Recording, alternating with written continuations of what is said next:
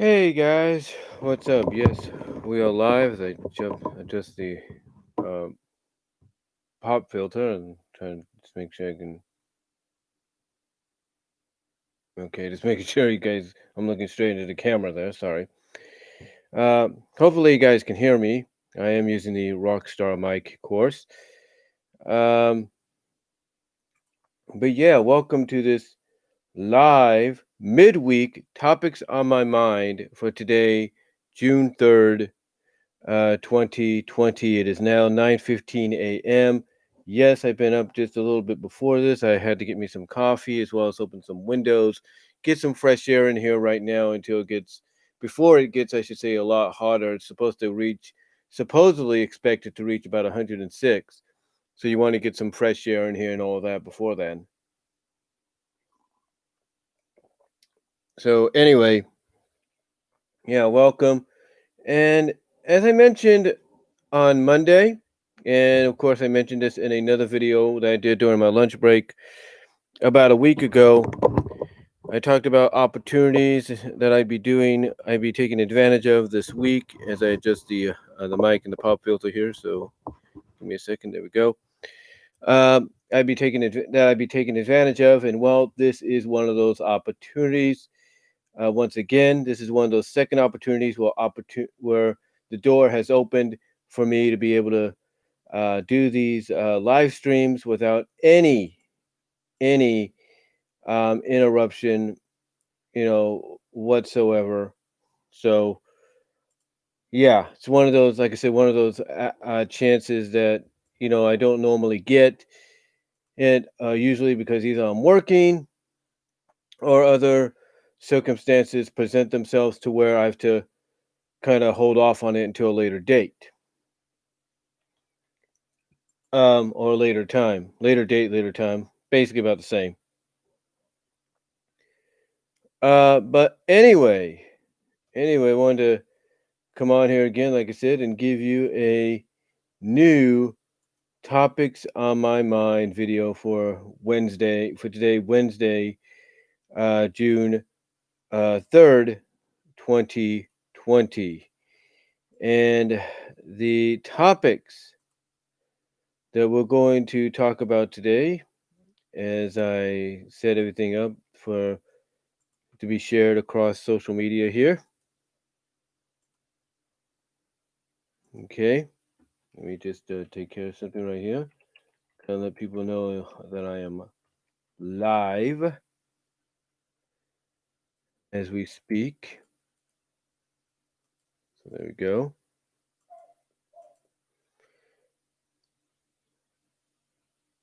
Um,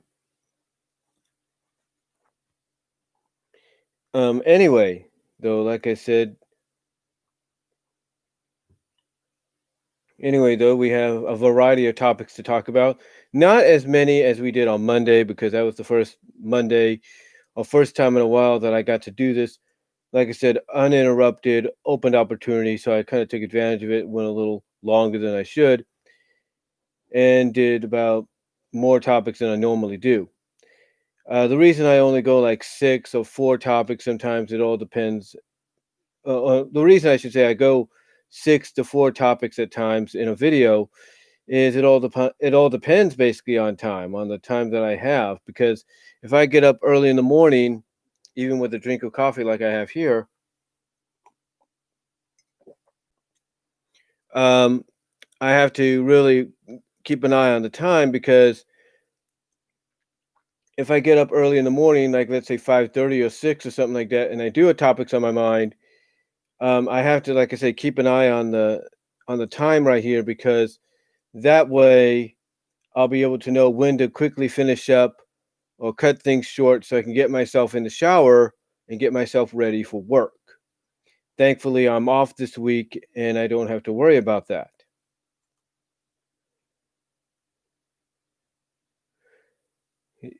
Well, I hope you're having a good afternoon where you are, my friend.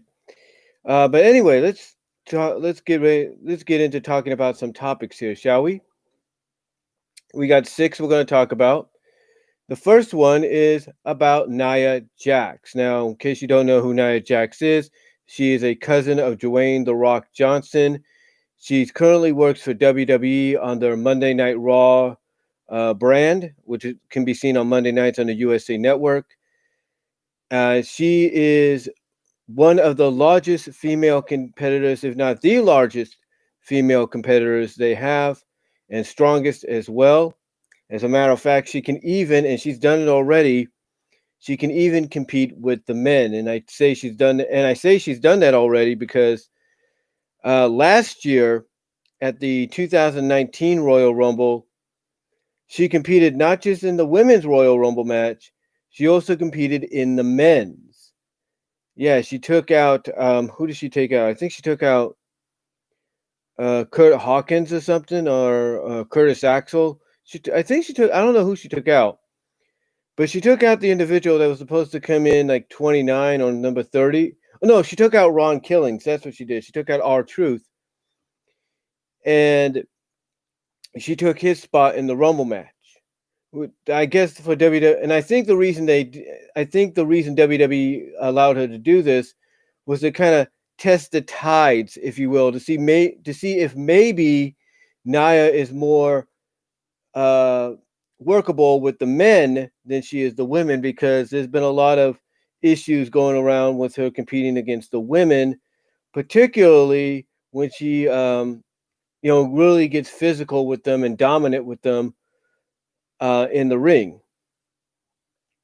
Um, and that's what we're going to talk about in the first topic. Basically, that's why it's called Nia Jax status with the WWE, because there's a lot of people that question whether or not she should be where she is right now. Number two, the second topic we're going to talk about is what other animated cartoons / series could we see on HBO Max?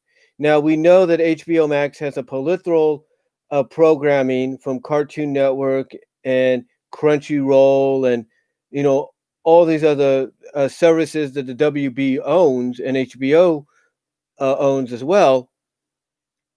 So it only makes you wonder, what other series animation wise could they bring over to HBO Max? And I can think of a few, and I know some people watching can think of a few as well, and we'll get into that with the second topic. The third topic is a very interesting one because it just came to me today. And basically, the third topic discusses that with everything currently going on, or with everything going on currently, what do some people really want? And in this third topic, I will give my opinion, my own personal opinion, and I could be wrong, about what I think some people really want, especially certain people that agree with certain groups that nobody should be agreeing with right now, if you know what I mean. All right, number four. Number four, we go back to wrestling here. And here we talk about Impact Wrestling. Impact Wrestling, formerly TNA. Impact Wrestling announces recently released. I forgot to put release in there. I'll put that in right now. But recently released WWE Wrestlers for the Slammiversary event in July.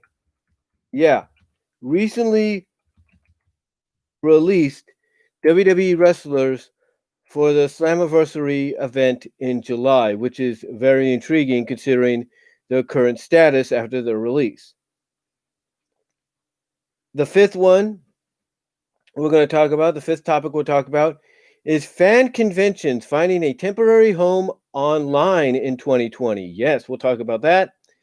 And the final one, of course, it's one of the more recent news that broke in the past 24 to 48 hours.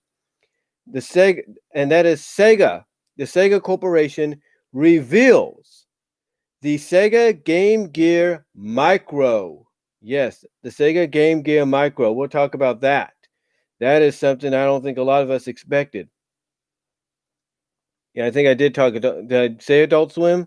I forgot about that, but you know what I'm saying. But yeah, the Sega Game Gear Micro is the last topic we'll talk about, and that is something that really took a lot of people by surprise. So, with that said, let's talk about our first topic here while I fill in the tags here, or the tag area. on on this on my homepage here for my live stream. But let's talk about that, shall we? So let's talk about our first topic, which is Nia Jax and her status with WWE. Now, like I said, Nia Jax, in case you don't know who she is the cousin of The Rock, Dwayne The Rock Johnson, and she is a big girl, and I mean big girl out with all due respect. No offense or anything. I say it with all due respect. She is a big girl. She is, and again, I say this with all due respect, she is well over the 200-pound mark, well over it, but she primarily competes in the women's division. Now, here's why I mention that. Now, here's why I mention that because everybody's ever since Nia came on board to the main roster, as they call it, Monday Night Raw, SmackDown, from NXT, she's been a very polarizing figure. Whether you've positioned her as a babyface, which they did last year, well, not last year, but about 2 years ago, they tried to position her as a babyface, or you tried to position her as a heel, which she currently is right now, or I guess an in-betweener. I don't know what she really is, but I think she's mostly a heel. The one common complaint a lot of people have had about her that makes her a polarizing, if not controversial figure in the women's division is the fact that she's still too green. And basically the fact that she is too rough with the women. Or she's basically, okay, it's basically along the lines that a lot of people in the wrestling business, from a Brian Alvarez at Wrestling Observer Radio, from a Alex of Just Alex, from people within the WWE itself, from what I understand, to people like Jason Solomon of Solomonster Sounds Off, Bill Apter, I'm pretty sure, Don Tony, Kevin Castle, anybody that has an insight somewhat on the wrestling business. Even JD from NY206. Anybody that has an insight on the wrestling business have all basically said the same thing. And that is Nia Jax needs to go back down to NXT. She needs to go back to NXT. She needs to go back to the Performance Center and start from scratch. She needs to be rebooted. She needs to be given more time to get better in the ring and learn how to do what she's trained to do, or what she was born into, do correctly. She needs to learn basically how to work with her opponents, safely and not end up injuring them in some capacity. The reason they bring this up is because recently she went up against Kairi Sane for the second time for the second time in the past few weeks, and for the second time, she ended up injuring Kairi Sane to the point that the match had to be stopped. Now, like I said, a lot of people have said that this is just too much, that she's going too far. She needs to be sent back down to developmental. She needs to basically get more training. She needs to, like I said, she needs to get more training to basically know how to safely work with an opponent that's smaller than her. She has to learn how to work with an opponent that is smaller than her. And some people feel that if she gets sent back down to developmental, she gets sent down back to NXT, back to the Performance Center, and is given the right amount of training and time to get better, that when she comes back, she'll be more suited. She'll have a better understanding of how things are done. That's that's basically what they're looking at. And look, I'm not arguing that some men and women should remain in developmental. They should remain in NXT. They should remain in the Performance Center before they even get a shot to compete in the ring, to get better, to have a better understanding. I'm not arguing that. But when it comes to Nia Jax, the only reason WWE will not send her down to developmental or send her back to NXT, send her all the way back to the Performance Center and have her put in a class to where she can learn from scratch, start again from scratch, and learn the basic fundamentals of how to, be a good wrestler and work safely with her opponents. The reason they won't do this, and I hate to say this because I know she's right now a recruit in the class, and she was part of the audience recently over these past few tapings. In fact, there's even a picture of her behind one of the glass barricades, I guess, or plexiglass barricades. The Rock's daughter, Dwayne Johnson's daughter, who's trained to compete in the WWE. As much as I hate to say it, it would be the same thing with her. And that is because the WWE has a connection with The Rock, and they want The Rock to come back at any time possible to either be inducted into the Hall of Fame or compete in one more match and one more story angle, one more feud, perhaps have one more run as their top guy, their top champion. The reason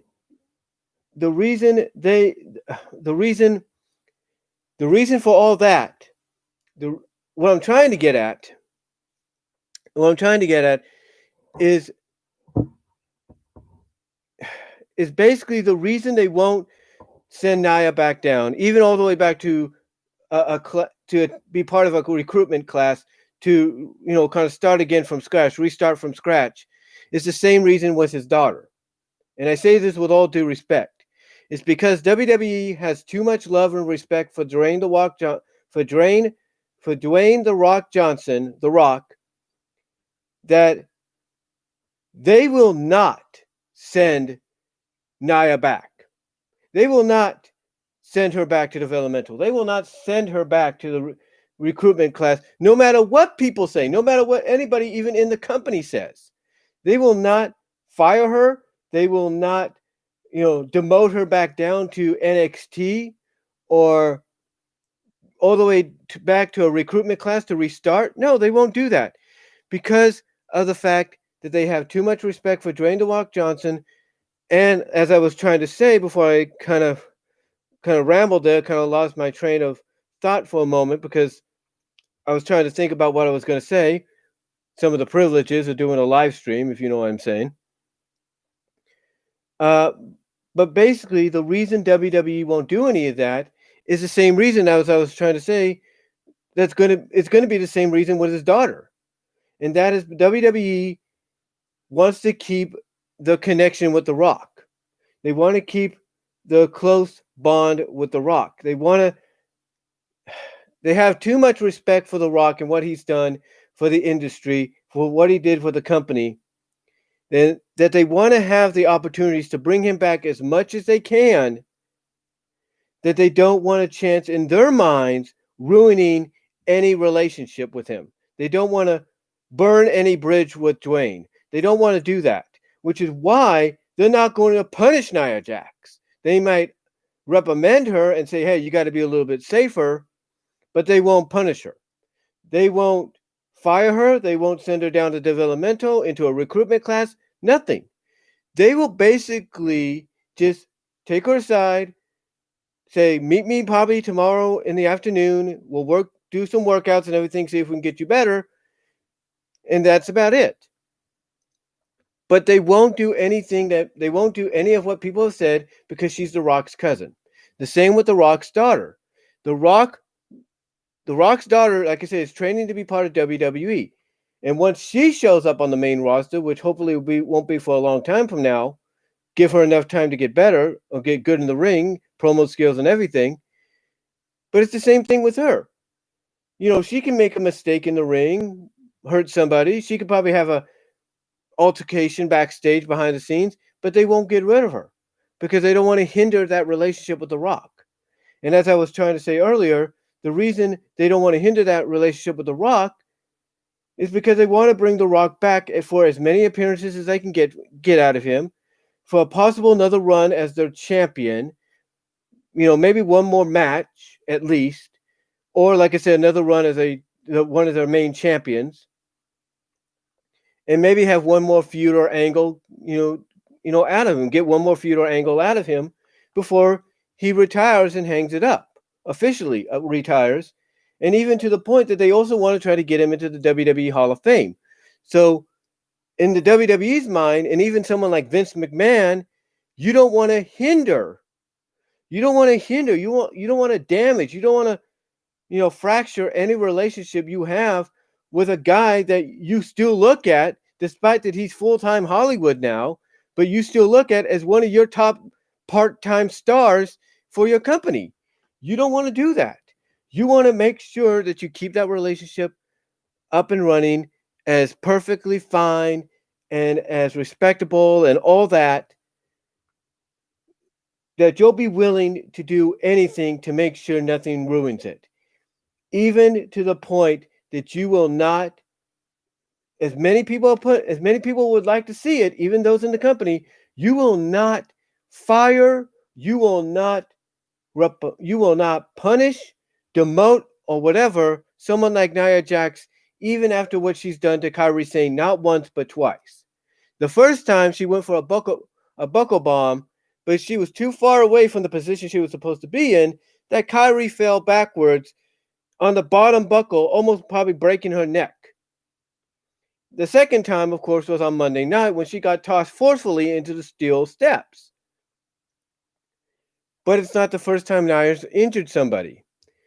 You know that photo of Becky with the busted nose and the blood on her face, Becky Lynch that is, and she's doing this kind of like, Tommy Dreamer wise, where people would chant, "She's hardcore" or "She's the man." That blood, that busted nose, all thanks to Nia Jax.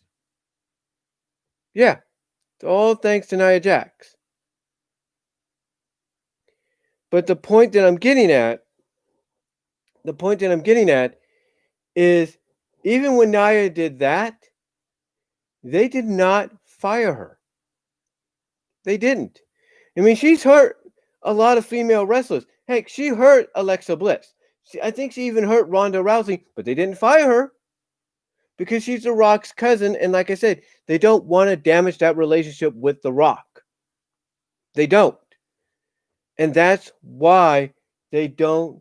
That's why no matter what happens, especially in her upcoming match with Asuka at Backlash, no matter what happens there, they ain't going to punish her, win or lose. Even if she hurts Asuka, they're not going to punish her because she's The Rock's cousin. And that's a fact.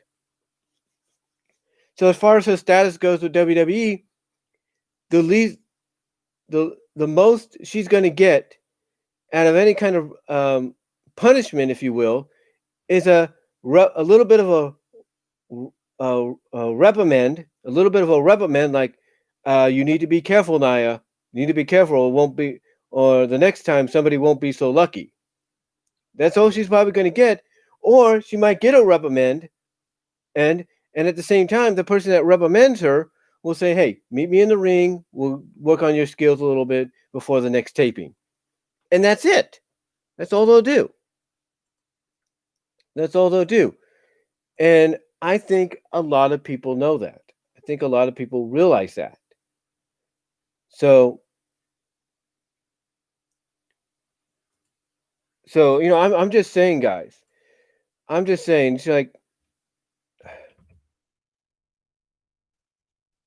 it's like, you have to realize that. You have to realize that Nia is not going to get punished no matter what. You could put her in the ring. WWE could call up Deonna Purrazzo and say, "Hey, we know you're working with Impact, but you're not under contract with them as far as we know. Would you like to come back and have a rematch with Nia? We'll pay you this amount of money. It wouldn't matter if they did that, and let's say she does another Samoan drop on Deanna in the rematch, and Deanna probably breaks her freaking back because it was too rough of a drop. You think WWE is going to punish Nia for that? No, they're not going to punish her because she's The Rock's cousin, and that's it. That's all it is. Again, as much as I hate to say this, the same goes with The Rock's daughter. And I say this with all due respect.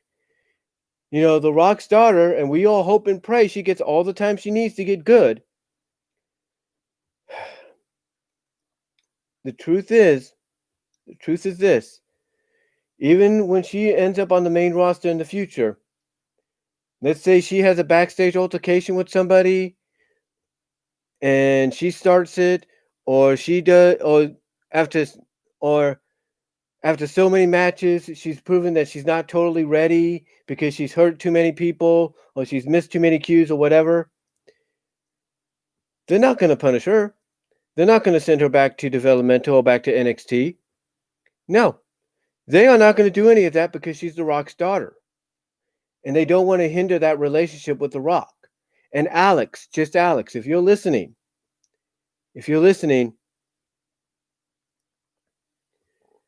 you probably know I'm telling the truth, man. You know I'm telling the truth.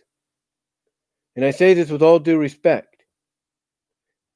Because here's the thing. How many wrestlers,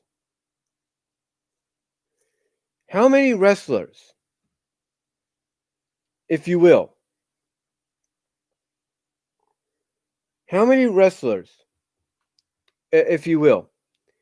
have worked with WWE and basically, because of the wrestling lineage, have not been recommended that much? I can't think of many, but I can tell you this.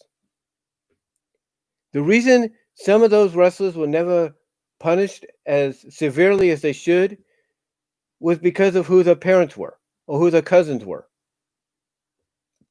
That's about it. That is about it. I'm not trying to sweet talk this or anything, but it's the truth. I mean, look at Charlotte Flair. I love Charlotte Flair. Despite the fact that people say, oh, she gets shoved down our throats all the time. Storyline-wise, obviously, they have a plan for her. Whether that plan culminates with her dropping the NXT Women's title at In Your House this Sunday or not, that's a different story. But the reason she gets peripheral treatment is because she's Ric Flair's daughter. And WWE does not want to sever ties with Ric Flair any more than they had in the past. They don't. I mean, despite the fact that you could have Rick and Charlotte on different pages of the spectrum and agreeing and disagreeing about certain, topics and values and, stuff like that, they're not going to punish Charlotte because of something her dad does. They're still going to push her. They're still going to give her opportunity because of who her dad is, because they still want to keep that connection with her dad. They don't want to sever that tie any more than it is. They don't. I mean, okay. Let me put it to you like this. Let me put it to those that don't watch wrestling. Let's say you watch UFC, Ultimate Fighting Championships. Let's say Conor McGregor's kid gets into UFC. And because McGregor was such a big draw for the UFC, do you not think Dana White or whoever takes over for Dana White that he could trust to run the UFC? Do you not think they might give McGregor's son or daughter that steps in that octagon peripheral treatment? Of course they would, because of what McGregor did, and they don't want to sever ties with McGregor. Even if that even if McGregor's daughter or son is not that good in the octagon and win or lose their bout, they're not going to get punished for probably almost injuring somebody or taking somebody's eye out with an accidental shot because that wasn't planned or they weren't too careful. No, they will not punish them because they're McGregor's kid or the McGregor's cousin or whatever. The same goes with Nia Jax. And again, it's a strange comparison, I know. It's a strange comparison, I know. And here's the thing. Here's the thing. Nia is going to be around with the company for a long time. Unless she starts something backstage that not even The Rock can defend her for. And basically, you have The Rock, Dwayne Johnson coming out and saying, you brought that on yourself. Then, yeah, I could see Nia being gone. But for right now, I don't see it. And it's all because she's The Rock's cousin and they don't want to sever ties with The Rock. And everybody watching this live or watching this later on knows that. They know that for a fact. They know that for a literal fact. That the reason they will not get rid of her or they will not punish her or they will not send her back to NXT or developmental or wherever you want to call it, back to or into a recruitment class to restart from scratch is because she's The Rock's cousin. That's it. There's nothing else to say about that. She's The Rock's cousin. That is why she will not be punished. That is why she will not face any strong reprimandment. She won't. I mean, Triple H could go out and reprimand her for what she did, but Vince will bail her out because she's The Rock's cousin. That's it. That's about it. And you can argue with me on that all you want. And look, I'm not saying that if put with the right opponent and if look, I'm not saying Nia's not a good worker. If she's put with the right opponent,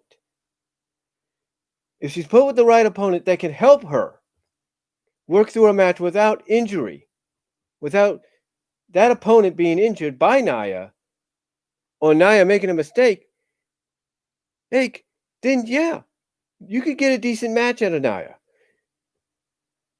But that's not what you're getting right now.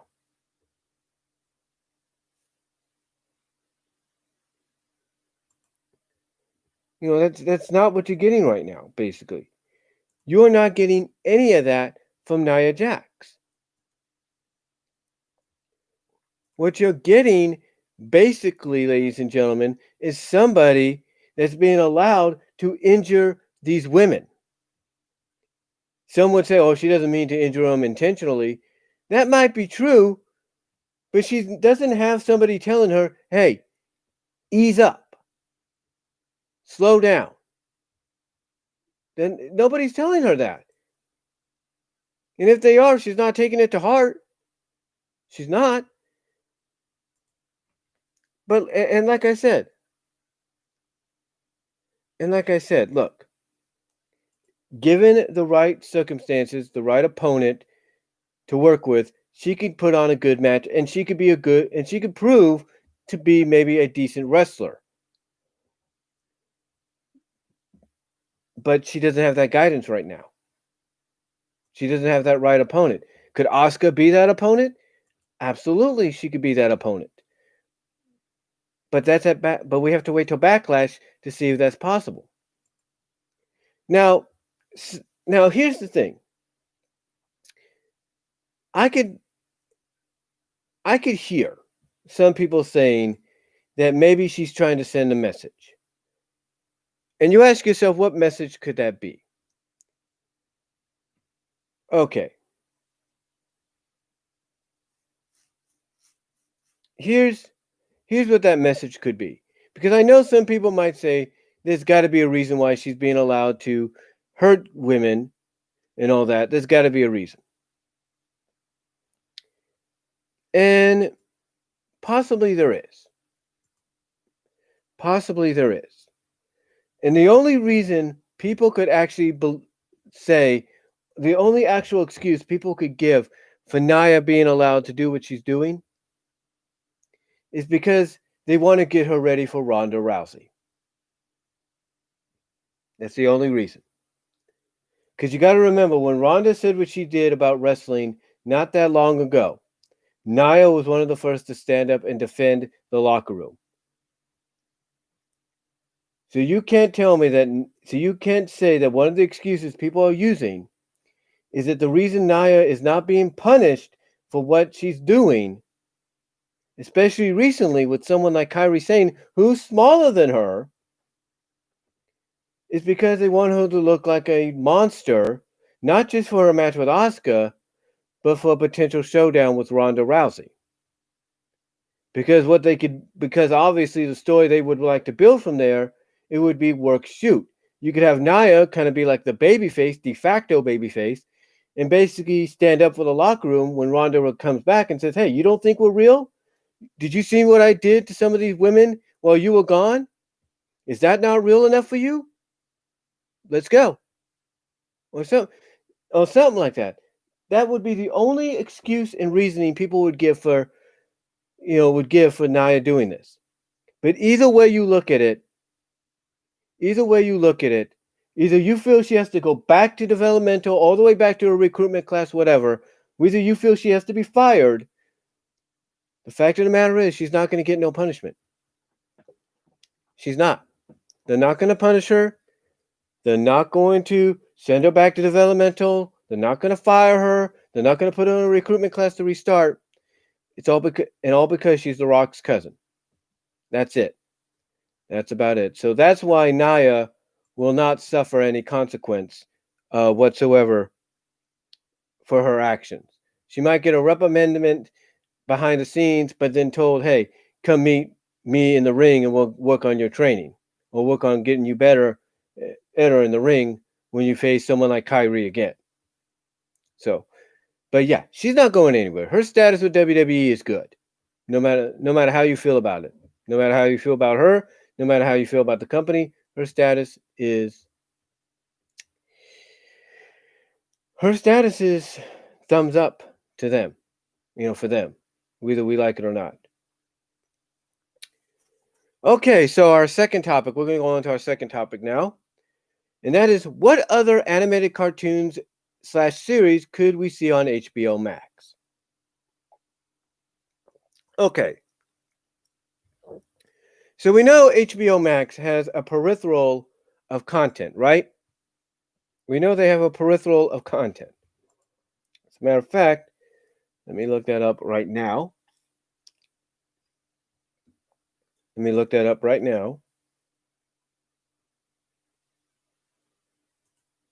have to let them know it's me. We know they have a peripheral content. Like, they have the new Looney Tunes cartoons, which I did check out some of them, and they look really good. I really like the animation.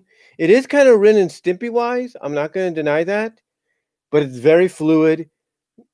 I'll put it this way: the Looney Tunes cartoon series, it's a hybrid of Ren and Stimpy, like.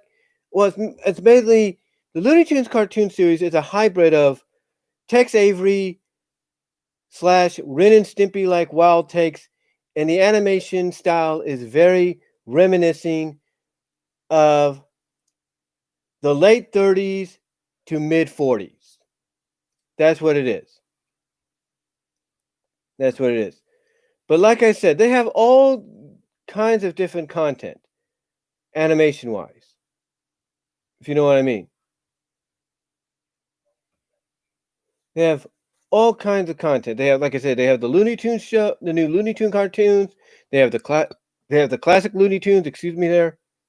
They have Steven Universe. They have Scooby Doo. Where Are You? The original. They have the Flintstones. They have the Jetsons. They have the Peanuts.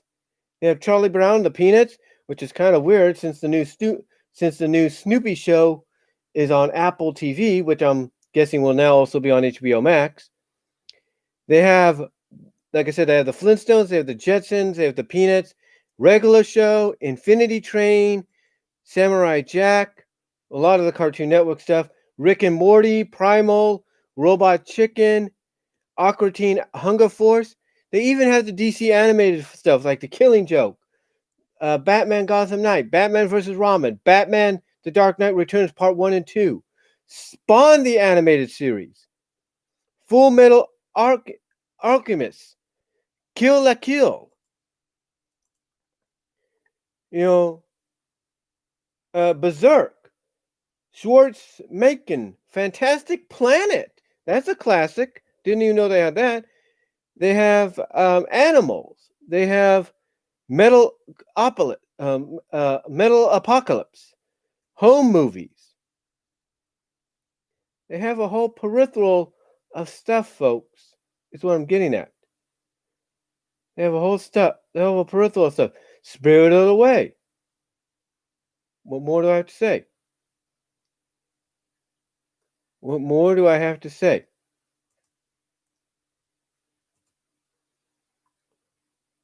In fact, I'm going to see if I can see if it's got kids, obviously. Like it said, it's got all these shows. It's got Tweety's High-Flying Adventure, and it's got Powerpuff Girls, Summer Camp Island. Like I said, Flintstones, Kiki, Anastasia, the Don Bluth one, Victor and Valentino, the SpongeBob SquarePants movie, the first one. It's got Teen Titans, the first Teen Titans, not the one before Teen Titans Go. Adventure Time. It's got Ben 10, all Ben 10s. Uncle Grandpa. It's got Only Yesterday. It's got Regular Show, the movie. Monsters vs. Aliens, the movie. It's got all kinds of stuff. It's got all kinds of stuff here. It's even got Alita. That's kind of animated, even though it's mostly live action animated CGI, whatever you want to call it. So it's got a lot of this stuff. It's got a lot of this stuff, a lot of WB stuff. Like I said, it's got all these Dexter's Laboratory. It's got Flapjack. It's got Foster's Home. It's got Mighty Magna Swords. It's got Clarence, if you're into that. Like I said, it's got all Ben 10s, even the live action films. It's got all Steven Universe, as far as I know. Powerpuff Girls. You name it. It's got a lot of stuff. That's what I'm getting at. And that's what that's what I'm getting at. And here's the thing. Warner Brothers, all 8 Harry Potters, although my family's not, although certain members of my family are okay with Harry Potters, there are other parts of my family that are not. And that's for religious reasons. It's kind of similar to Dungeons and Dragons, if you know what I mean. But anyway, though, what was I saying? Oh, yeah. WB, Warner Brothers, they have a peripheral of other products, other properties they could bring on to HBO Max. For example, Hulu, part of Hulu is owned by Disney, but the other part is owned by other companies or partnered or partially split apart. I don't know how the other part of Hulu is looked at or how it's done, but part of it is owned by Disney. The other part is kind of like 25% all over the place. But I know part of it's associated with the WB and HBO Max. So here's the thing, okay? Here's the thing. Tiny Toon Adventures is on Hulu. The original Animaniacs is on Hulu. Freakazoid is on Hulu. These are 3 shows that could end up on HBO Max. And Warner Brothers knows that. They know that. And I think the only reason they're not on there yet is because they're waiting for the current licensing contract with Hulu to expire before they put them on HBO Max. It's the same thing with Disney Plus. Disney Plus has to wait for certain movies that right now, if they wanted to, they could automatically put on there. Legal issues or not, they could put it on there. But they're waiting. They are waiting for the licensing to expire. Like they have, I think, what is it, Avengers Infinity War, which leads into Endgame. Well, it kind of leads, first of all, it leads into Ant-Man and Wasp, and then into Endgame, with Captain Marvel sort of like in between. But anyway, they have to wait until at least, what is it, this last month or this month for it to expire if it's on there already. But anyway, they have to wait until it's licensing with Netflix to expire before they can put it onto Disney Plus. Same with other properties. They have to wait until their licensing with other streaming services expires. And that's a fact. That is an absolute fact. And I think basically anybody watching this live or watching it later on would agree. Now, here's the thing. Tiny Toons, it wouldn't just be all three, what did Tiny Toons run for, right? 4 seasons, I think. It wouldn't just be all 3 or 4 seasons of Tiny Toons. No. It would be Tiny Toons, It's a Wonderful Tiny Toon Christmas. It would be Tiny Toons, How I Spent My Summer Vacation. And it would be Tiny Toons Spring Break Special, which I think all of them are right now on Hulu.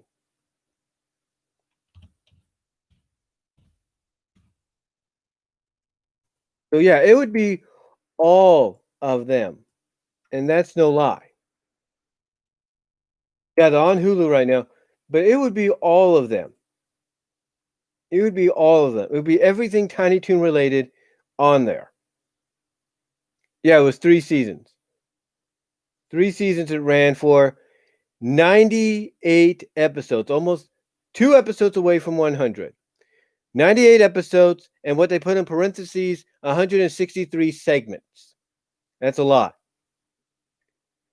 But yeah, basically,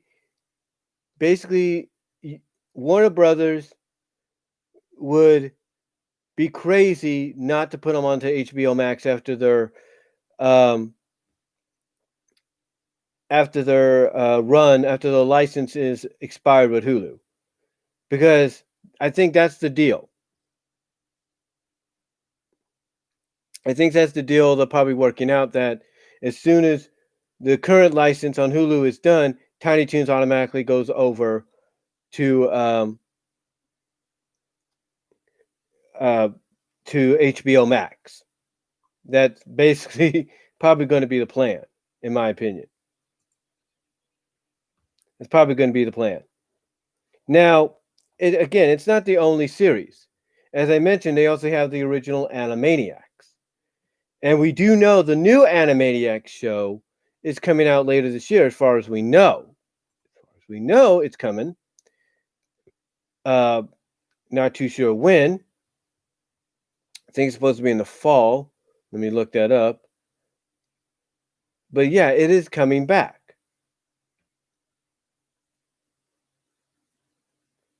It is coming back very soon. So, and it's supposed to be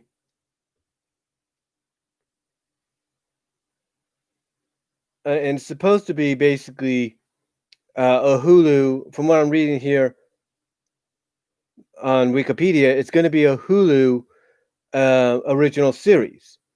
But you cannot tell me that that Warner Brothers won't work out a deal with Hulu to have the show not just on Hulu, but then after the new episodes are done on Hulu, have those new episodes show up on HBO Max. They're going to work something out. Trust me. They will work something out.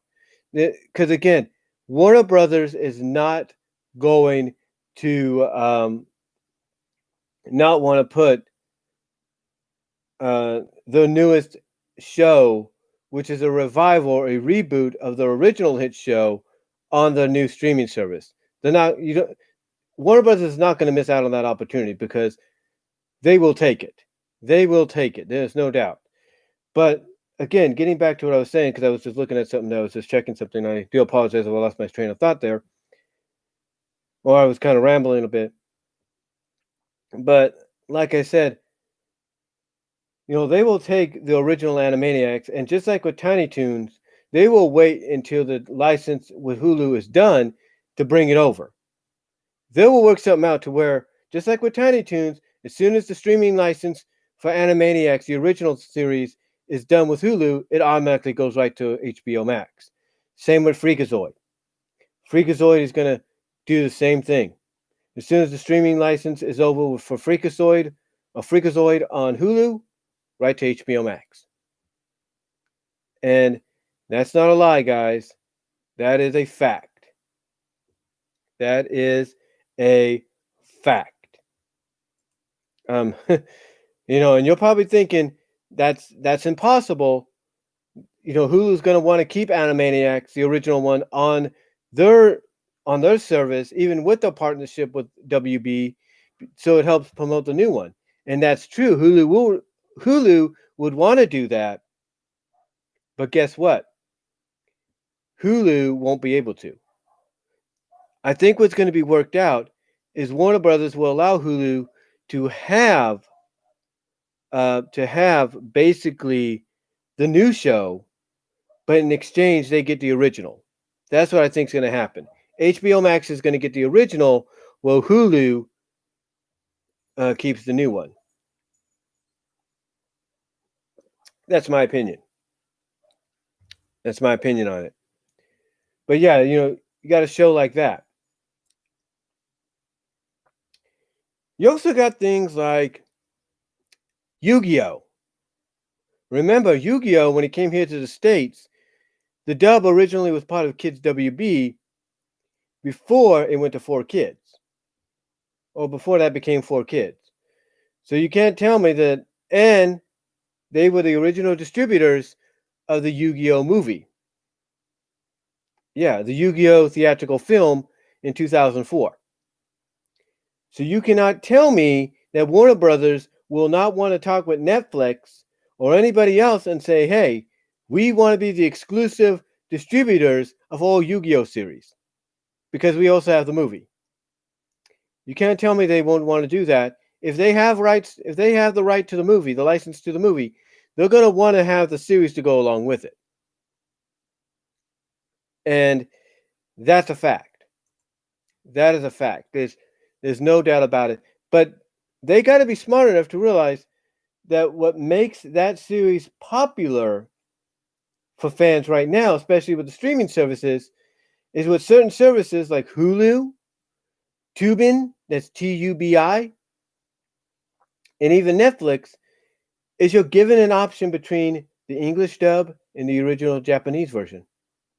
So they got to realize that if they want to attract people to the service, if they get Yu-Gi-Oh, because they also have the distributing rights and license to the movie, that they're going to have to work something out to where they don't just have the English dub, they have the Japanese original. That's basically what they got to do. That's basically what they got to do. Now, basically, you also have shows like Pinky and the Brain. That could show up on there. That's on Hulu right now. Same thing with it would be the same status and situation with the other three shows I mentioned. Licensing expires, goes straight to HBO Max. Not a problem. It's not going to be a problem. Even the spinoffs like the Plucky Duck show, as short as that was, goes to HBO Max. Pinky Elmira in the Brain, same thing, goes to HBO Max. All these different shows will show up on HBO Max. Even the new Snoopy show on Apple TV is going to end up on HBO Max eventually. You know it as well as I do, if HBO Max already has the Peanuts. So, to me, in my opinion, basically, these are some of the shows that obviously are locks. They are locks. No matter what you look at, they are locks to go to HBO Max in the very near future. And you know what's even funnier? We know that HBO Max also has a connection with Crunchyroll. Crunchyroll is an anime service, and they have a peripheral of anime on there. But one anime I think they need, and I don't know if they do have it, and I recently talked about it and purchased this in my latest recent pickups video that I uploaded. I think the anime that they need to put on there, and they can get the licensing to do, is all the Gundam series. The original Gundam up to the most recent one. Get all the Gundam series along with the Gundam movies, and you're good to go. The same thing, like I said earlier, and that's again it's the same thing with Yu-Gi-Oh. You know, you have the rights to the movie you have distributed in the theaters. Boom, get Yu-Gi-Oh, get all the series. Boom, you're good to go. Same with Gundam. You get that series along with Yu-Gi-Oh, you're good to go. You got your viewership. There's no doubt. You get Cowboy Bebop in the Cowboy Bebop movie, you're golden. You are golden. You wait for that license to run out with Netflix. I think Netflix has the current streaming license. I'm not really sure. But you wait for that to run out. You nab that, you're good as gold. That would be a primary treasure right there to get. That would be. That's no lie. That is no lie. But I tell you what you need to get, what you really need to grab a hold of. And you got to get both versions. Just like with Yu-Gi-Oh, you got to get both versions.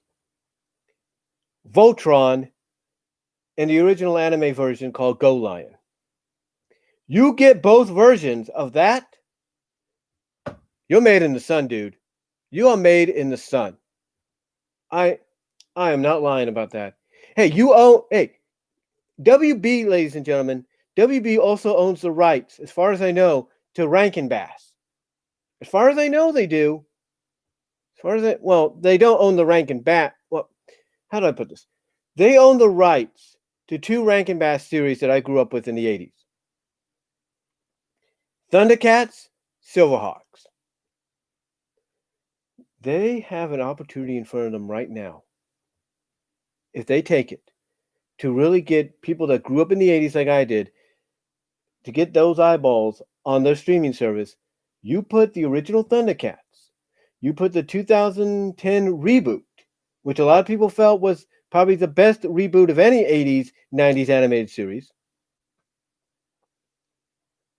You take Silverhawks, you put them on HBO Max, and you let word get out that those shows are on there along with Voltron and the Japanese original version Go Lion, and you're going to have people at your front door wanting a subscription. There's no doubt about that. There's no doubt about that. And as I adjust my pop filter here for a second. But there is no doubt about that. And you know what's even funnier, guys? And I'll let you know about that in a moment. I gotta go check something.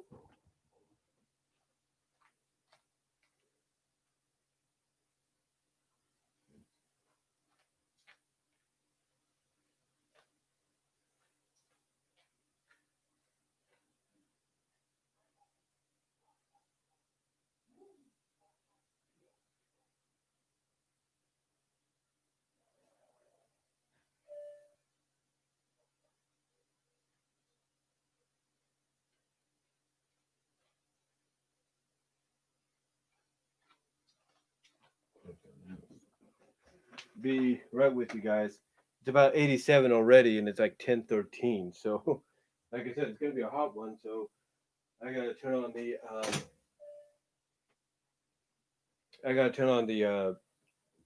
the cooler right now. I'll be right back.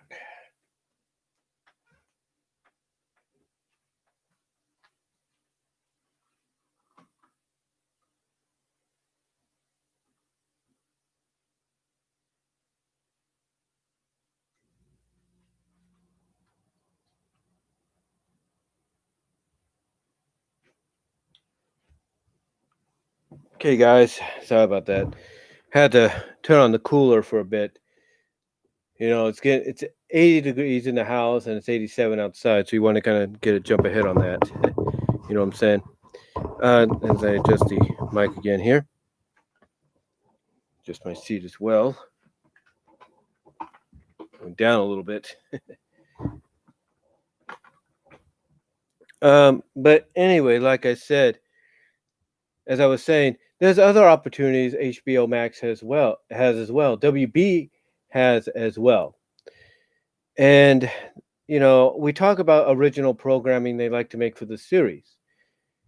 And we talk about, the fact that they have access to Adult Swim and they have a lot of these programs from from Adult Swim on HBO Max.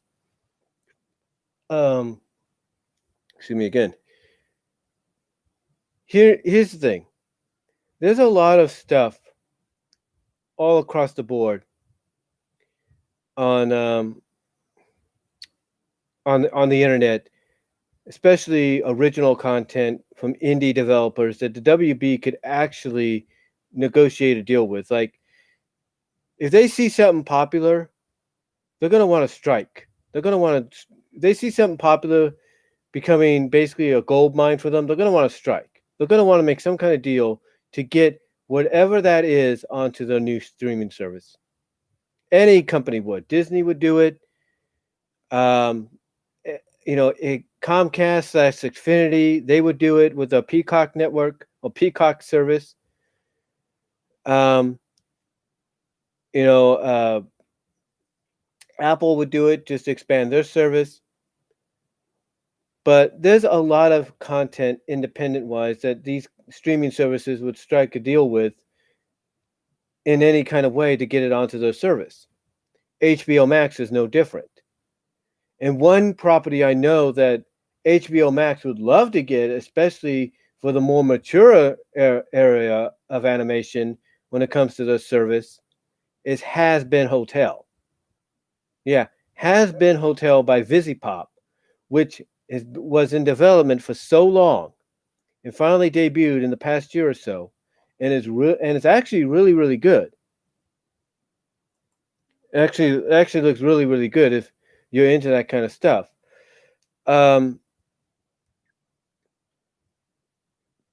Has Been Hotel, I think, would be a perfect fit for HBO Max, especially for the adult animation fans.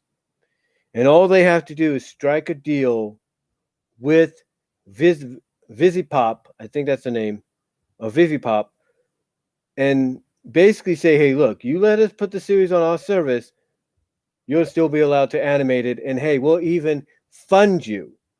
Financially, we'll fund you to get more episodes made. And as I just checked something there, and that would be a deal, obviously, I don't think Visipop would be able to turn down. I don't think they would. I think Has Been Hotel would be a perfect fit. Another thing that would be a perfect fit is a series based on Mr. Internet Man's. And Mr. Internet Man, he's on DeviantArt, which I'm looking at right now. But based on Mr. Internet Man's Demonica series. Yeah. They could talk with Mr. Internet Man, they could talk with Minor Dash Alterations, and they could work something out with them to where they could actually develop an animated series, an adult animated series based around that character. If not based around that character, along with co-characters like Exotica and Ruby Walker. And they could explore a lot more with those characters. You could explore the origins of how they came to be, who the human alter egos are. Like Demonica's is Veronica, Exotica's is Rebecca. You know, you could explore Ruby, getting the powers and becoming the alter ego Justina. All this kind of fun. All the kind of fun. Excuse me while I go check something.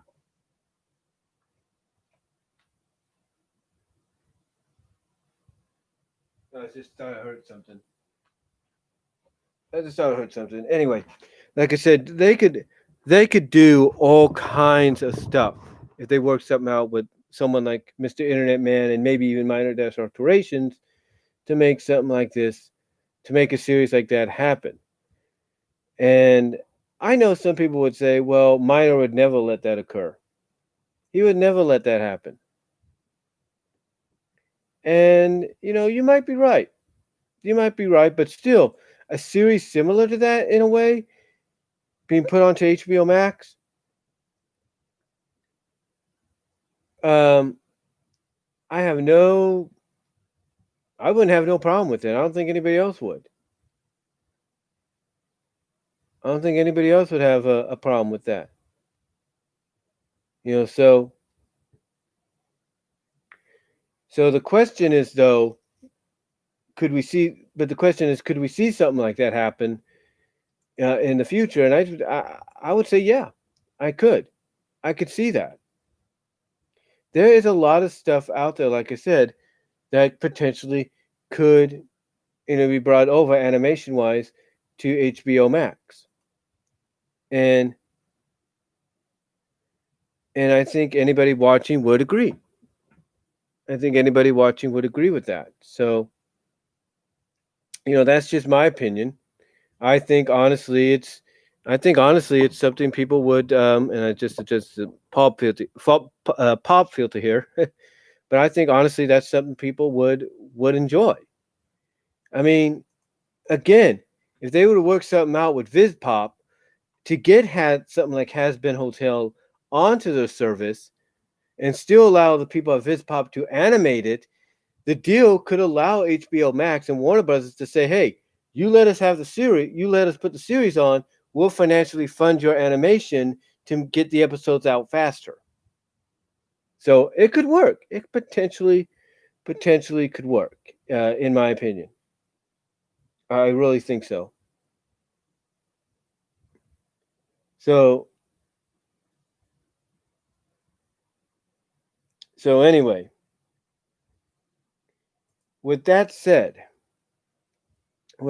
though, those are just some of the animated shows and series that I could see potentially, if not automatically, going to HBO Max in the near future, as well as some possible other ones from an independent perspective, probably getting a shot on HBO Max with some kind of deal worked out down the line. Okay, so getting on to our next topic. Next topic is, well, has to deal with currently going on. Thankfully, despite how people feel about it, and I can understand how they feel about some of the ways things are being taken care of. I look on Facebook today, I look on Twitter, and I have not seen yet any news of rioting or looting as badly as it's been. I think it's because of the action being taken by the president, despite how we might feel about that, and the action taken by certain governors, which are either Democrat or Republican, whether we feel good about that or we don't. But this topic is one that I'm going to give my opinion on. It's my own personal opinion because I thought about it this morning. I'm thinking, what is really going on? What is that one thing that certain people want? Certain people that are part of peaceful protest and some that are part of it, but then later on help instigate these unnecessary lootings and riots and all that. What is it they really want? And I thought about this. And think, what do some people really want? And as crazy as it sounds, I went and thought back to a story arc in the Sonic the Hedgehog comic book when it was under the Archie Comics license. And I remember a story that Ian Flynn wrote.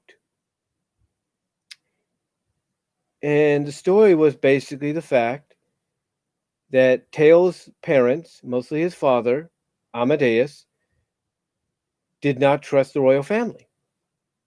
They did not trust them one bit. And in the end, it was worked out, thankfully, by all parties, mostly Sally coming in and intervening, thanks to Nicole. But it was worked out that Elias, who was the new king, because he had to step in for his dad, who was incapable of not being able to rule the kingdom or run the kingdom anymore. Basically, it was decided that a royal council would be created to make decisions. And I thought to myself, is that kind of what people want now? Do they just want a certain group in Congress or in the House of Representatives, along with the president being part of it, to have the say? Do they want something like that to where the president is, he's just president in name, but he doesn't really have no power, and that the real people behind the final decisions is the House or the Congress? Is that what they want? Like, okay, you could vote for Trump or Biden or whoever as president, and they'll be the leader of our country, but they don't have the final say. We do. We, the House, we, the Congress, we, the new council, whatever you want to call it. Is that what they want? Because it looks like, from what I can sense, from what I can tell,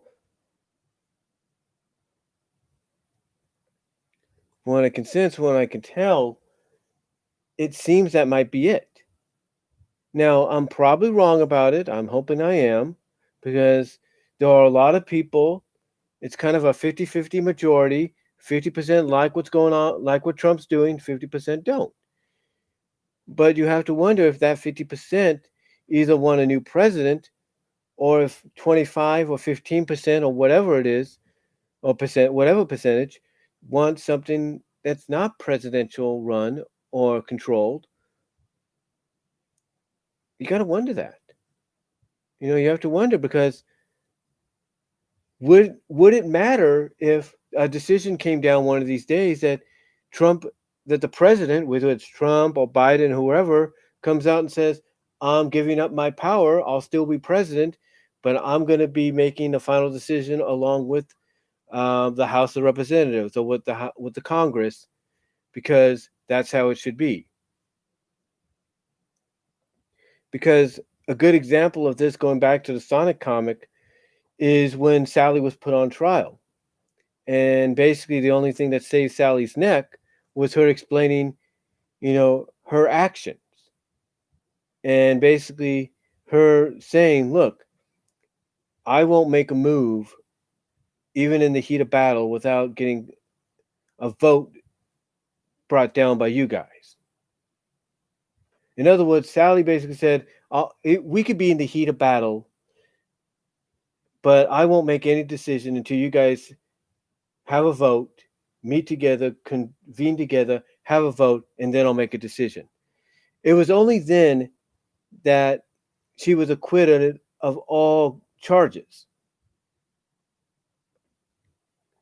And the way they did it was yay, yay, yay, yay, and one was a nay.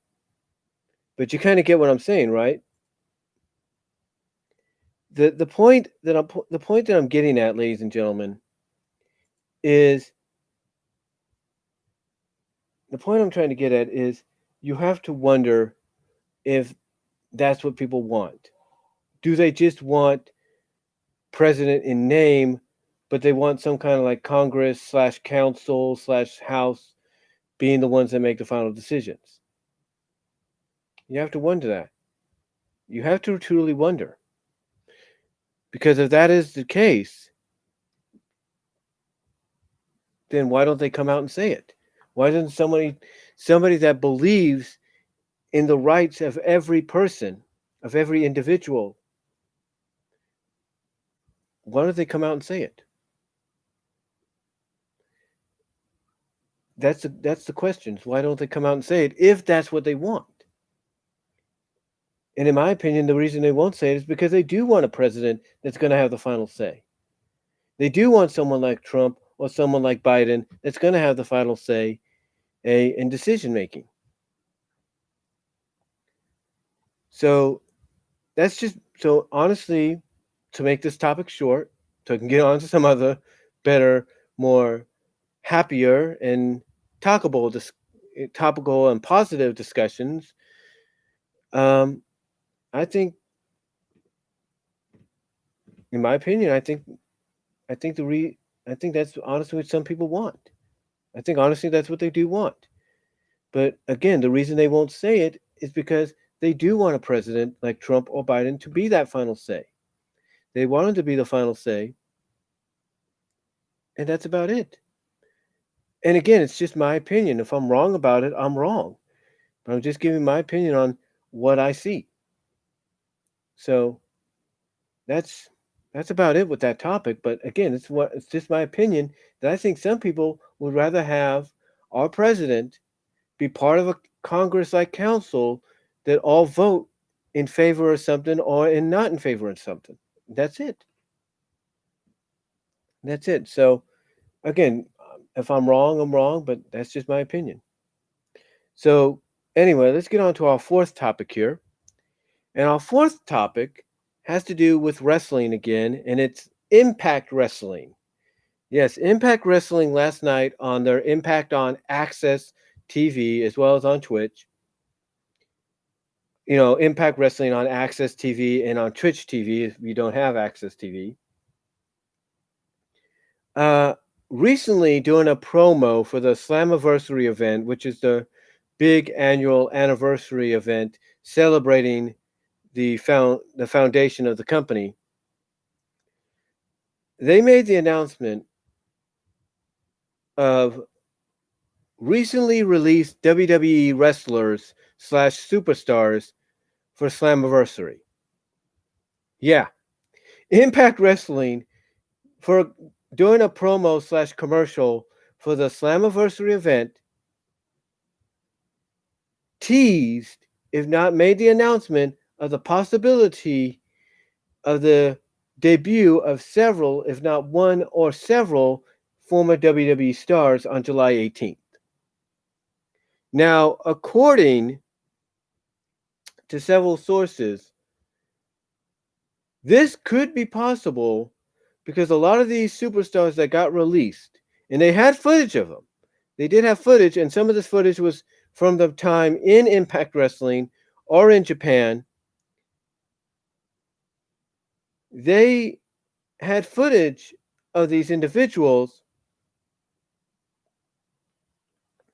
and going to several sources, this could actually work out because before July 18th comes around, the 90-day non-compete clause, which goes into effect after they're released, would be finished. It would be over, and they'd be able to go and sign with anybody they wanted. So the wrestlers that they showed were Luke Gallows and Carl Anderson of the OC, formerly Bullet Club. They showed footage of Eric Young, who used to be part of the company before he went to WWE. They showed footage of Kurt Hawkins, who was part of the company when it was going through this transition of being Impact Wrestling, TNA, Global Force Wrestling, and he was one half of the tag champs there. And that's Brian Myers. They showed a Bulgarian flag, which indicated Rusev, or Milo, as he's called now, and of EC3. So they showed all this, and it obviously got people talking.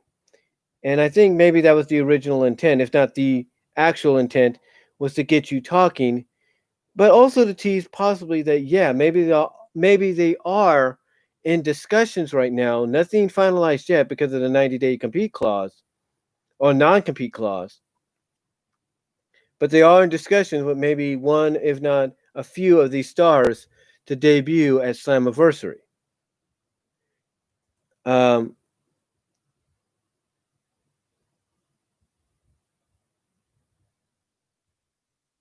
and that's the only thing I can think of. That's the only thing I can think of that,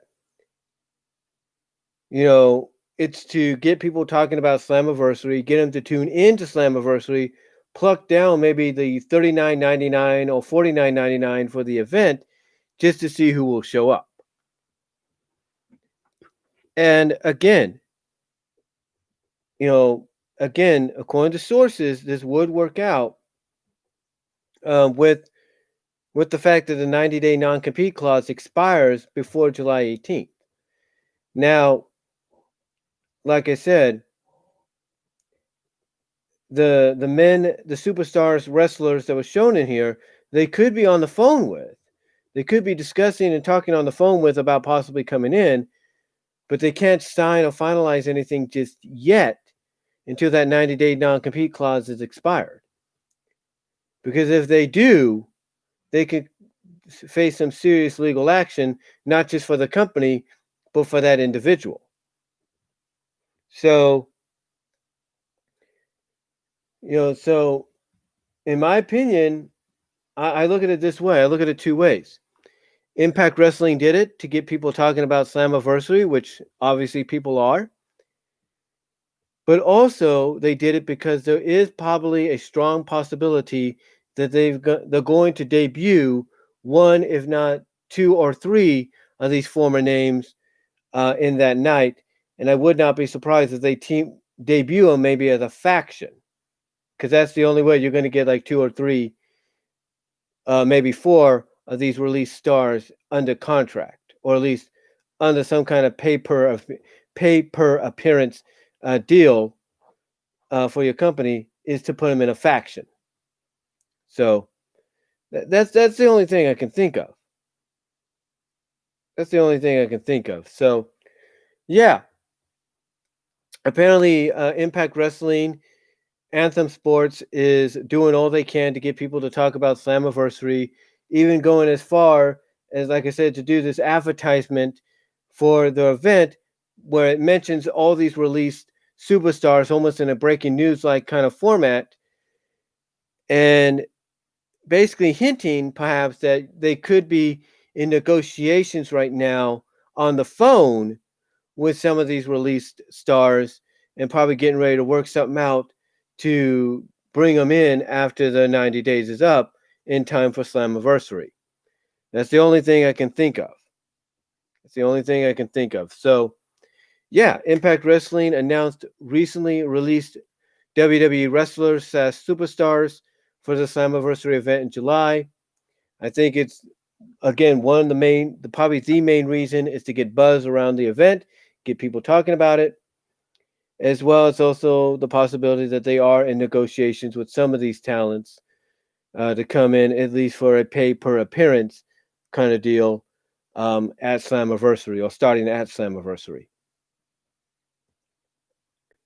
All right, so number five, we're going to talk about fan conventions finding a temporary home online in 2020. Yes, so in case you don't know, there's an event going. There's a situation going on in the world besides what's going on already. Or recently, I should say, that the news has talked about, but now it's kind of like put to the back burner because of what's recently gone on. But it's still a major news item. But yeah, there's a certain virus going around, or at least thinning out, but still kind of a threat. That's going around the nation, if not around the globe, that has caused a lot of events to be postponed for to a later date this year or canceled outright until next year. And a lot of these events are conventions, whether they're big time conventions like San Diego Comic Con or E3, or they're fan conventions like you know TF Con, or if you're an MLP fan, My Little Pony fan, Babs Con back in April. You know, Winnie City, I think, got canceled or something. I think it did. Ponyfest got canceled. Several MLP conventions were canceled till next year, as well as other fandom conventions as well. Conventions based around Sonic got canceled. Um, I'm sure conventions based around anime, well, several anime related conventions got canceled. Just a lot of the fan conventions that you would be used to seeing this year were canceled. Even WrestleCon earlier this year was canceled because that usually takes place during WrestleMania weekend. So, what was the solution? How do you work this out? How do you work out a solution for this? Well, very simple. You look towards the internet.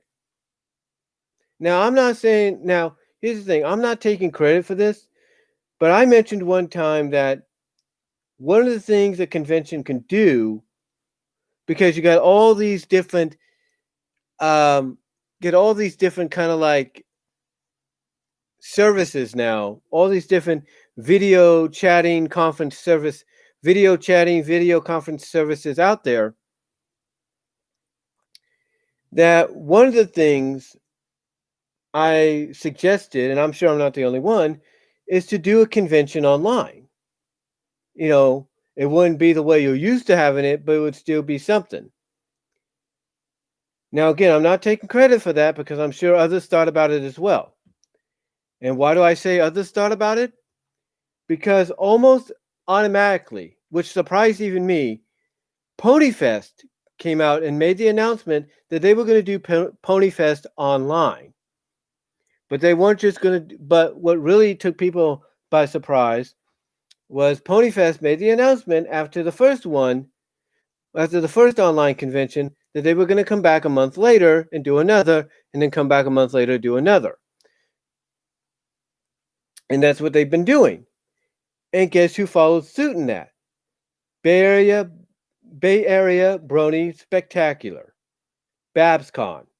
They followed suit after they had to cancel BabsCon physically because it was going to take place in Burlingame, California, outside of San Francisco at the Hyatt Region Hotel. They had to cancel it. But how did they make up for it? They made up for it by saying, we're going to go online. We're going to do what Ponyfest did. We're going to go online. And that's what they did. And other pony conventions followed suit. In fact, even trying to think here, TrotCon. Yeah, TrotCon is even following suit as well. So a lot of conventions, MLP wise, if you're a My Little Pony Friendship is Magic fan, followed suit in doing that. They did. They followed suit. But again, they're not the only ones. There are several anime conventions that have followed suit by going online. Other fandom conventions like TFCon, I think has or will go online for a convention like event. And the way they do this is they use several video sites, streaming sites, conference sites, whatever, to get the convention going.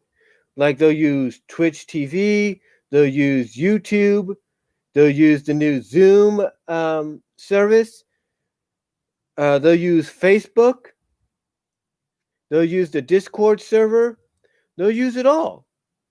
They will use any service that's going to help them out. And believe it or not, it's proven to be a success every time. True, there's been some technicalities in the long run. There's been some technicalities, don't get me wrong. But besides a few technicalities, it's actually been a success. People have actually gotten a kick out of it and they've enjoyed it. So, honestly, fan conventions finding a temporary home online in this unusual start to the new decade um, has proven to be a success. And I think this is going to be something that a lot of conventions are going to look back on and say, hey, it worked then, we could do it again, especially if something comes up. Like if they have an event scheduled to meet up, if they have a meetup, if they have a convention where people can finally meet up physically, but then they have to cancel it again for some odd reason, they could say, hey, if we have to cancel, still still keep this date on your calendar because we will go online and do online stuff. So, yeah, the online solution has proven to be a huge success. And it's proven to be a huge success because it allows people like myself to attend the conference, to attend the conventions from the comfort of our homes, especially conventions that we financially can't afford to go to unless we really save up. And be honest with you, I'm going to be honest with you, I want to save up to try to go to BabsCon next year because it's at San Francisco, it's in Burlingame, and I want to be a part of it, at least for one day. So, anyway,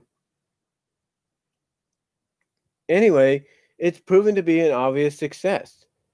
These conventions, these fan conventions of all kind, finding a home online temporarily this year has proven to be a huge success. And again, I think it's something that now a lot of these conventions are going to fall back on, just in case something else comes up in the future, to where, like I said, they can tell the attendees or even the guests to keep that date on their calendars, because even though they won't be able to meet physically in person, they could still meet up and have a convention from the comfort of their own homes. So it actually works out. It actually works out um, in the long run. As a matter of fact,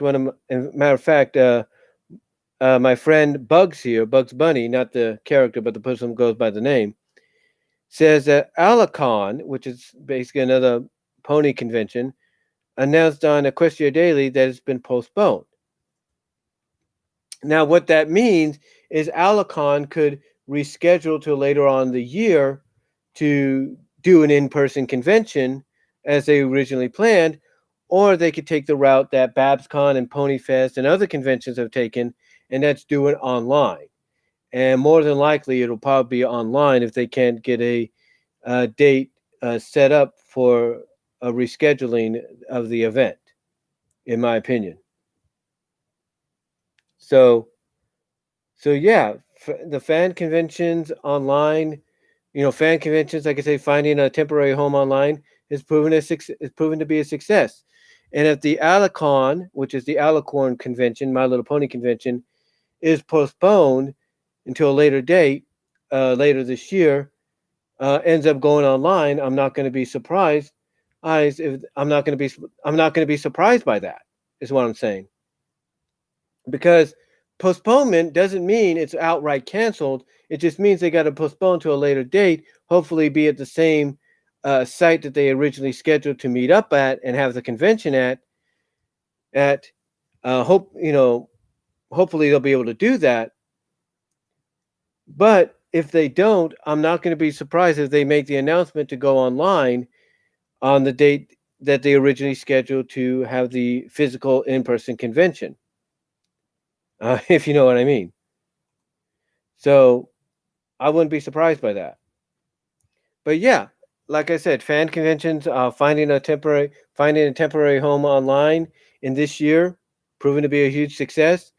And I think it's something that these conventions are going to fall back on in the future, just in case something else comes up. So Yeah, yeah, it's pretty good news for them. Pretty big good news. Pretty good news for a lot of these fan conventions for this year. I mean, that's the old saying. You always find a shining light at the end of the tunnel, or a silver lining in the darkness, and that's what a lot of these fan conventions have found with doing it online. And I think that's what the Alicorn convention is going to find possibly as well if they don't find if they're not is what I'm trying to say if they're not able to reschedule um, the convention in person for another date at the same site that they reserved for the convention. Okay, so the last topic we're going to talk about, the sixth and last topic we're going to talk about here, the news that came out in the past 24 to 48 hours. Sega revealed the made the announcement and made the reveal at the same time of the Sega Game Gear Micro. Yes, Sega is getting a jump ahead of Nintendo. They're getting a jump ahead of Nintendo, excuse me, there, by releasing not one, not two, not three, but four Sega Game Gear Micros, and each of them will have four different games. That is right, they will have four different games on them. They will have four different games, and they will cost $50, $49.99, which isn't bad.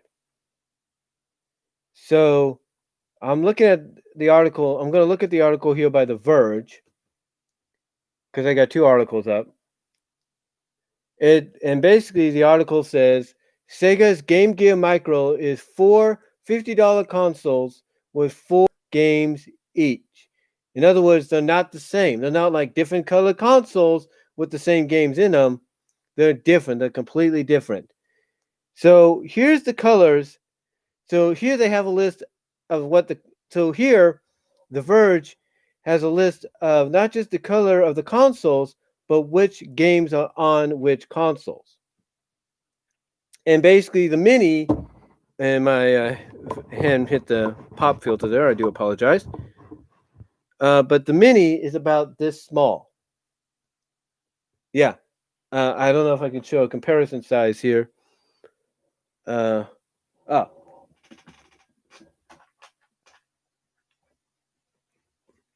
I would say it's about this size, maybe a little bit bigger, maybe a few inches bigger in a sense. I would say it's about this size, but a few inches bigger, like that. That's how big the Sega Game Gear Micro is, from what I can tell. And it comes in four different colors with four different games on each of them. Not the same games, four different games. And again, they cost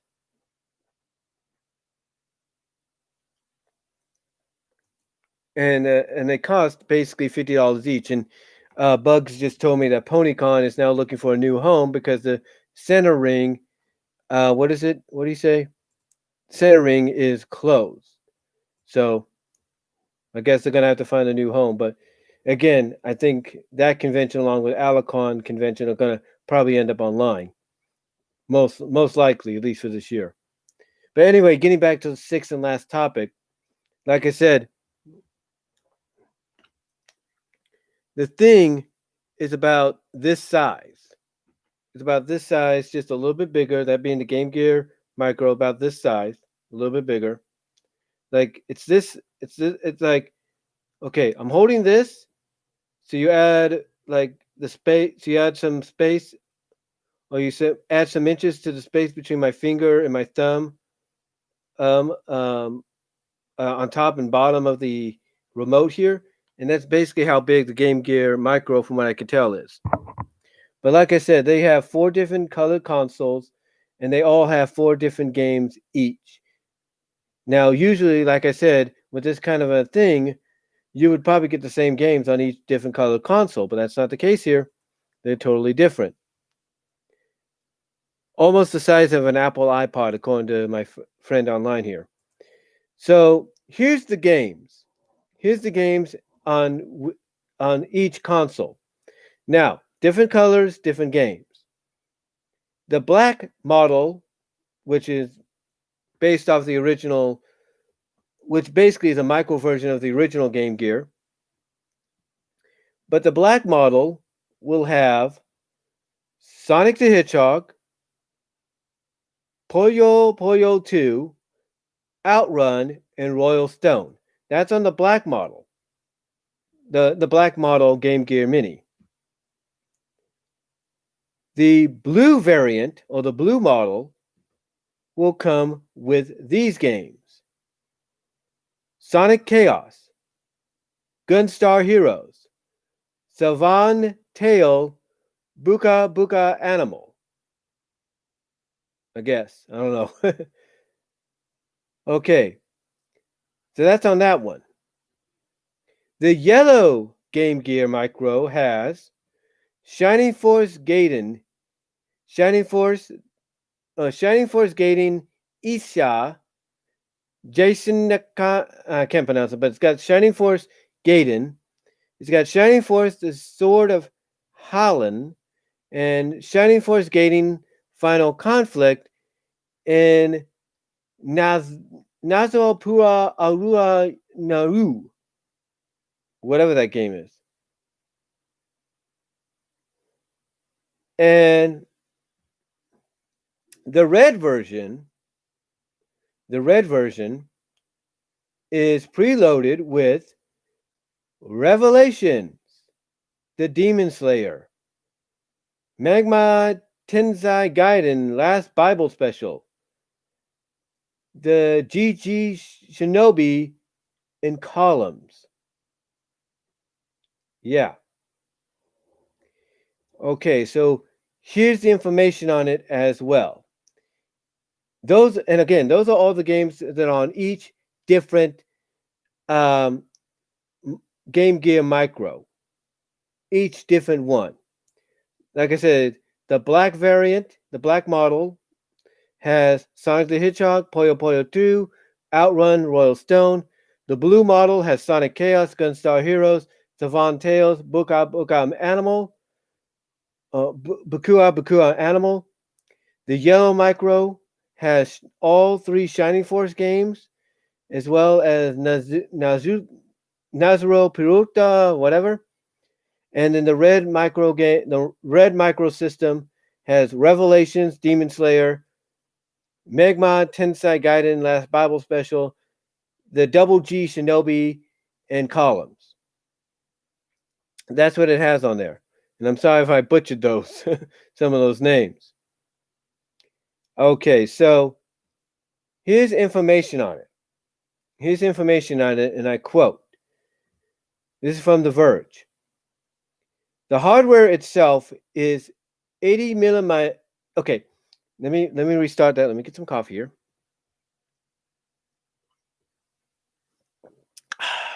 That's better. Okay, let me reread that, and I quote this from The Verge. The hardware itself is 80 millimeters times 43 millimeters times 20 millimeters with a 1.15 inch display. There's a single mono speaker and a headphone jack. It charges over USB, but also can run. Okay, but can also run off 2 AAA batteries. Let me repeat that. The hardware itself is 80 millimeters by 43 millimeters by 20 millimeters with a 1.15 inch display. There's a single mono speaker and a headphone jack. It charges over USB, but can also run off 2 AAA batteries. That's pretty good. Now, here's what it also says. It says, you may be wondering how exactly you're meant to play games on a 1.15 inch display, which makes the Game Boy Micro's 2-inch panel sound huge by comparison. Well, if you're willing to drop 27,255 yen, or $250 on a pack of all four consoles, Sega is including a mini version of its big window magnifying glass accessory. It continues. Remember, this is the same company that released non-functional plastic Sega CD and 32X add-ons for the Mega Drive Mini. What more appropriate way to celebrate its 60th anniversary? Or what more appropriate way to... Okay, this is what they said, and I quote, "Remember, this is the same company that released non-functional plastic Sega CD and 32X add-ons for the Mega Drive Mini. What more appropriate way to celebrate its 60th anniversary?" Well, that was a question, I guess. Goes on to state, and I quote, "The Game Gear Micro consoles are all available to pre-order now in Japan for $50 and will ship on October 6th. No word yet on a Western release." So there's that. And let's see. So yeah, that's about it. But yeah, they are. I guess with the system. Well, with the system, I should say, they're going to also include a magnifying glass, or basically, as they put it, a big screen. Excuse me, a big screen window for you, a magnifying glass window, so you can look at the games while you play them a lot better than just on a smaller screen. But yeah, that's pretty cool. It's pretty cool that they're doing it. $50, 250 is not too bad, actually. Yeah, big window accessory. Okay, it says. Okay, here's what Wikipedia says about it. Wikipedia says that each unit. Okay, here's what Wikipedia says about the magnifying accessory. They say a magnifying accessory modeled after the original system's big window accessory will be offered to customers who pre-order all four variants. An international release has yet to be announced. So yeah, you gotta pluck down $250 to get the magnifying glass on its own, along with it. You gotta pluck down basically $250 for all four in a pre-order to get the magnifying window, the big window as they call it, included along with it. But I'm sure it's also going to be sold on its own as well. But yeah, but overall though, this is a pretty good, a pretty cool. This is actually a pretty cool announcement that Sega made. I'm actually glad that they did this because, what it does is it gives them a jump ahead of Nintendo when it comes to the mini classics, if you will. Now, I don't know. Now, somebody mentioned, The Verge mentioned the Game Boy Micro. Let me see what that is. I think it was just a smaller Game Boy. Here it is. Yeah, here it is. Smaller Game Boy or something like that. I'm trying to see.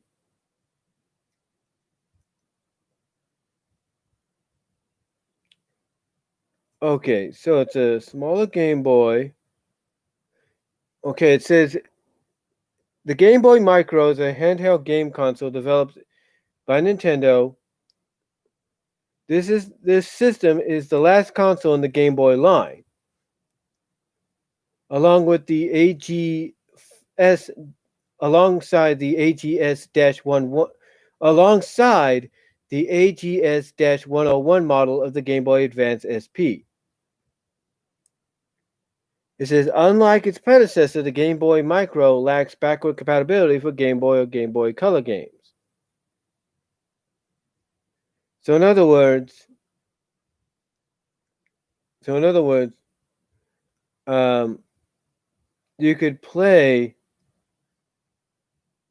It says the Game Boy Micro is compatible with Game Boy Advance games, including Game Boy Advance video game packs.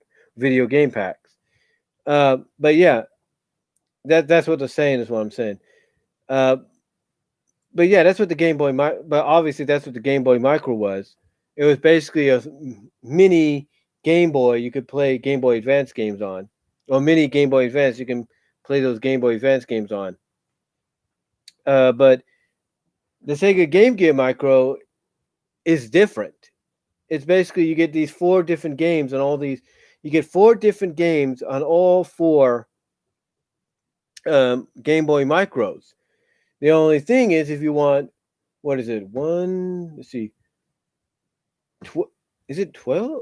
Is it, 16? 16 actually.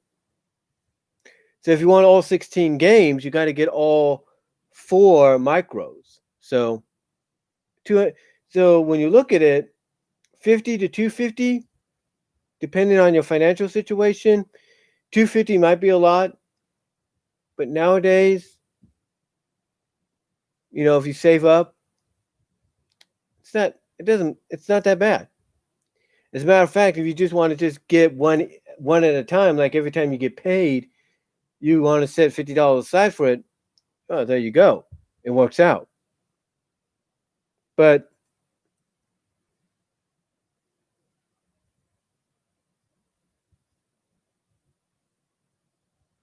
well,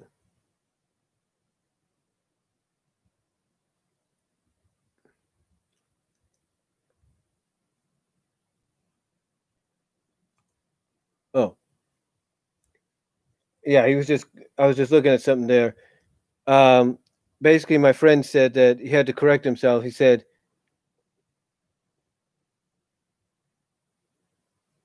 "Bring." He says, "Oh, he meant being clothes, not ring." So he basically says that the PonyCon uh, is finding a new home for this because of the center being closed. So again, like I said earlier, I think it's going to end up online. But getting back to what I was saying about the Game Gear Micro, you know, if you have the money, 250 to get all of them, even in pre-order, I think is pretty good because you also get the big window accessory. But honestly, if you just want to wait and just get one at a time, kind of like a collector's deal, because that's what these are, I I would go that route. Every time you get paid, pluck 50 down, save 50, put $50 aside or 50 plus dollars aside, all right, for the Game Gear Micro, and there you go. And what's unique about this is it has four games on this, and that's pretty good. It's pretty good. Um, and again, like I said, it gives them a step ahead on Nintendo. It really does. It puts them ahead of the curve a little bit when it comes to the classic consoles because Nintendo hasn't even gone that route with the Game Boy yet. But I'm pretty sure that Nintendo is going to hear about this and they're going to be like, okay, Sega wants to Sega wants to go there. Sega wants to go there. Fine, we'll top them. We'll go there as well, but we'll top them. And Nintendo will. Nintendo will be like, okay, Sega, you want to go there? You want to bring out this Game Gear mini series or this Game Gear Micro series and put all these four different games or four different games on these four little micro versions of your Game Gear? Okay, fine, no problem. We can do that too with the Game Boy, but we'll put 6 games and we'll put it in color and we'll make it the size of a regular Game Boy. And there you go. That's what they'll probably do. Knowing Nintendo. They'd probably do that. But yeah, I could I can honestly but yeah, I can honestly see Nintendo, trying to one up Sega after Sega's made this announcement by doing the same thing with Game Boy, but making it color but by doing it in color, but by releasing it like this. They will release it in two different versions. They'll release it as original Game Boy Color, original Game Boy Classic, and Game Boy Color Classic.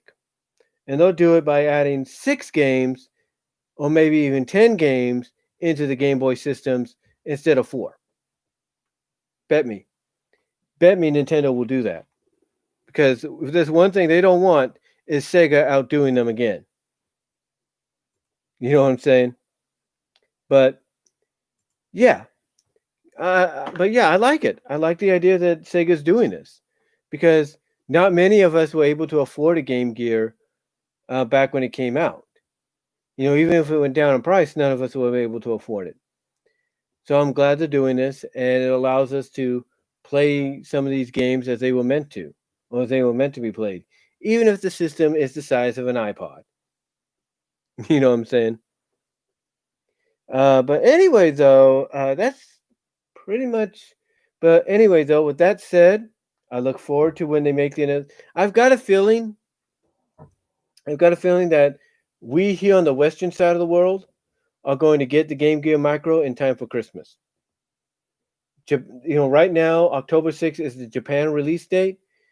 Don't be surprised if there's an announcement comes out that says, "Oh yeah, the western part of the world's going to get it around Christmas."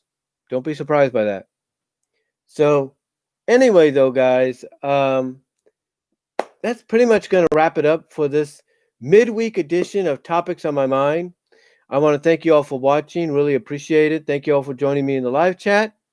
Thank you all for joining me post live stream later on and letting me know what your thoughts are in the comment section.